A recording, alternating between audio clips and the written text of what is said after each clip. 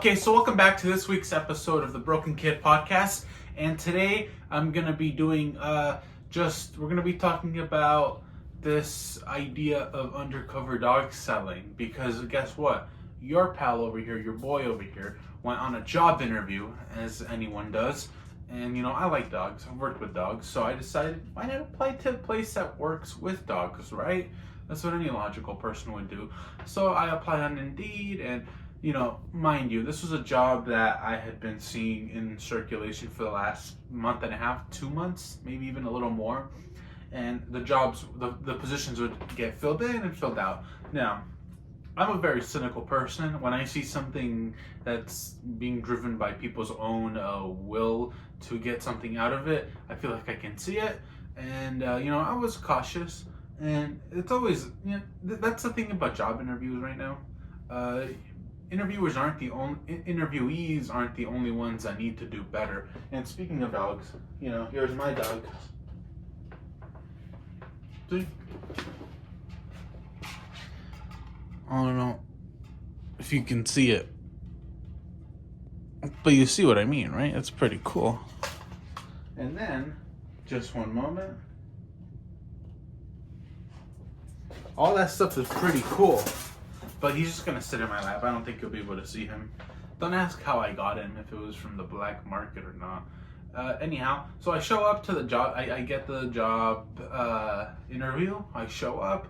I do the interview. They say they want to do a working interview, which is just an hour, which we didn't really do anything. Except, this is where it takes an interesting turn. Instead of it being a normal working interview, it felt like I was in a relationship with Amber Heard, or in the aftermaths of a relationship with Amber Heard. Because if anybody remembers that, you know that it was a real shit show. Nothing about that was amicable. The bottle throwing, the taking pictures of Johnny Depp while he's high on drugs, the whole Amber Heard thing. A lot of people, if you don't know who she is, then you're lucky. And if you do know who she is, then you better pick your partners carefully. And it's a shame because we won't get to see another Pirates of the Caribbean. That being said, you shouldn't go into a job interview where you can say, we shouldn't live in a world where a woman who's famous, rich, and also fucking white can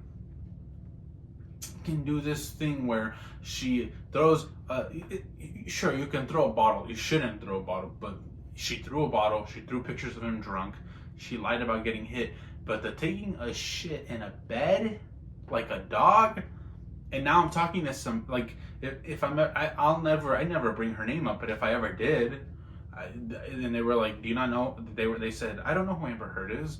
I'd say, oh, well, it's that actress who was in a movie with Nicolas Cage. It was very horrible, even though I didn't watch it. There was that movie with of course, Johnny Depp. She's very pretty, blonde, she looks good in any hair color. Oh, and she also took a shit in his bed. If that's what your overall view of a job is, you better leave. You better leave. But then it gets weirder because now we're in the back, and it's almost like I almost feel like they were giving us a lot of material if we wanted to be journalists, because what they were telling us was not good.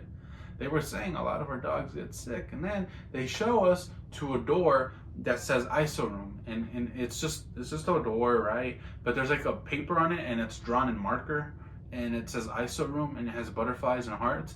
If you're gonna put up a sign to deter people, or something that indicates is harmful or bad or negative or shouldn't be discovered, don't do it in paper and in marker, because it's not going to make it better. Second of all, if you want to be official, which you should be, and this is an indication that you're not, and that they need to be regulated, and I'm not concerned with this whole purpose. I was just shocked that I was into a cult pretty much. She says, this is the ISO room, so I think it's the isolation room. And then she opens and she says, it stands for isolation. And there's like 3 dogs in there. And she's like, they're sick. These dogs are sick. They don't get that much help. And, we keep them here so no one else gets sick. And she says this. She says, no one should know about this place. I'm gonna shoot you. No, she didn't say that, but she said none of the customers should know that our dogs get sick. So that is horrible. They're hiding a lot from their customers, and then out of nowhere, it's almost like I was working for Marvel for the release of a movie, and I was an actor in it. She was telling me she makes us sign an NDA. She says this is an NDA so that you do not talk about our secrets as if they're great secrets like recipes to success. Rather, they're just dirt that they have on themselves that they don't want getting out. So I feel it. And as I sit here making this video, I can say that this store is not the best to buy puppies from. It's a good thing I went to the Humane Society, or a society or adoption that's actually kind of more regulated, because you do research.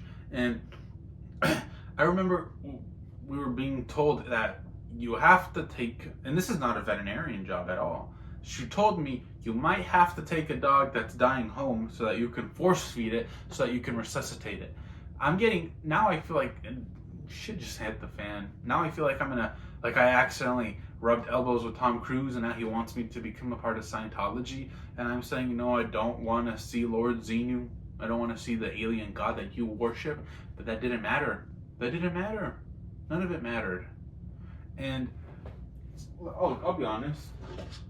My dog, this dog here probably has more energy than any of the dogs I saw. Yeah.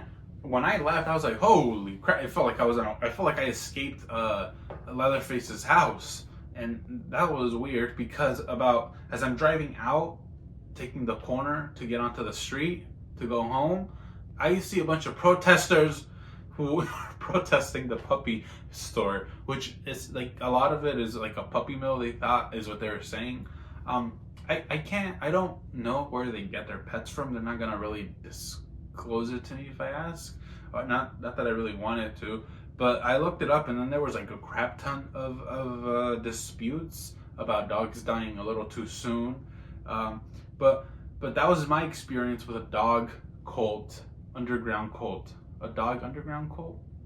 An underground dog cult where they sell dogs. It's pretty much like the black market, but they hide where they get their dogs.